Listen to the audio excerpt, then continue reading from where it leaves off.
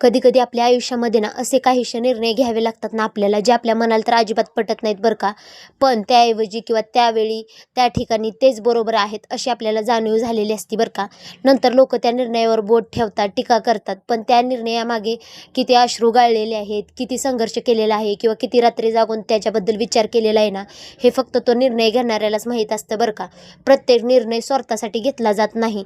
कधी स्वतःला सावरण्यासाठी घेतला जातो, तर कधी आपल्या माणसांच्या आयुष्याच्या संरक्षणासाठी घेतलं जातं. त्याच्यामुळेच आपल्याला ना मनाविरुद्ध जाऊन निर्णय घ्यावे लागतात बरं का. म्हणून कोणाच्या निर्णयाचा न्याय करण्यापूर्वी त्याच्या परिस्थितीकडे ना एकदा तरी नक्कीच पहा बरं का. कारण काही निर्णय ना नशिबाने लिहिलेले नसतात, ते परिस्थितीने माणसाकडून लिहून घेतलेले असतात. त्याच्यामुळे कोणाला जज करण्या अगोदर किंवा कोणाबद्दल मत बनवण्या अगोदर ना त्याच्याबद्दल जाणून घ्या, तरच तुम्हाला कळेल की ती व्यक्ती कशी आहे बरं का.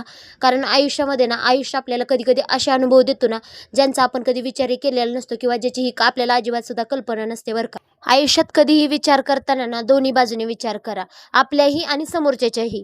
जेव्हा पण आपण फक्त आपल्याबद्दल विचार करतो ना, तेव्हा आपण समोरच्याला कधीच समजून घेऊ शकत नाही बरं का. पण जेव्हा आपण समोरच्याच्या जागी राहून विचार करतो ना, तेव्हा नक्कीच आपल्याला समजेल की त्याने हा निर्णय का घेतला किंवा तो ह्या जागी हा निर्णय घेऊ शकत होता. प्रत्येक वेळेस आपणच बरोबर असंही नसतं, पण प्रत्येक वेळेस आपण चुकीचं असंही नसतं बरं का. तसंच सेम समोरच्या बाबतीत पण असतं बरं का. तो चुकीचाच असेल किंवा तो बरोबरच असेल.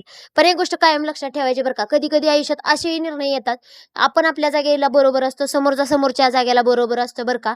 ॲग्री करत असाल तर व्हिडिओला लाईक करा, पेजला फॉलो करा. राधे राधे.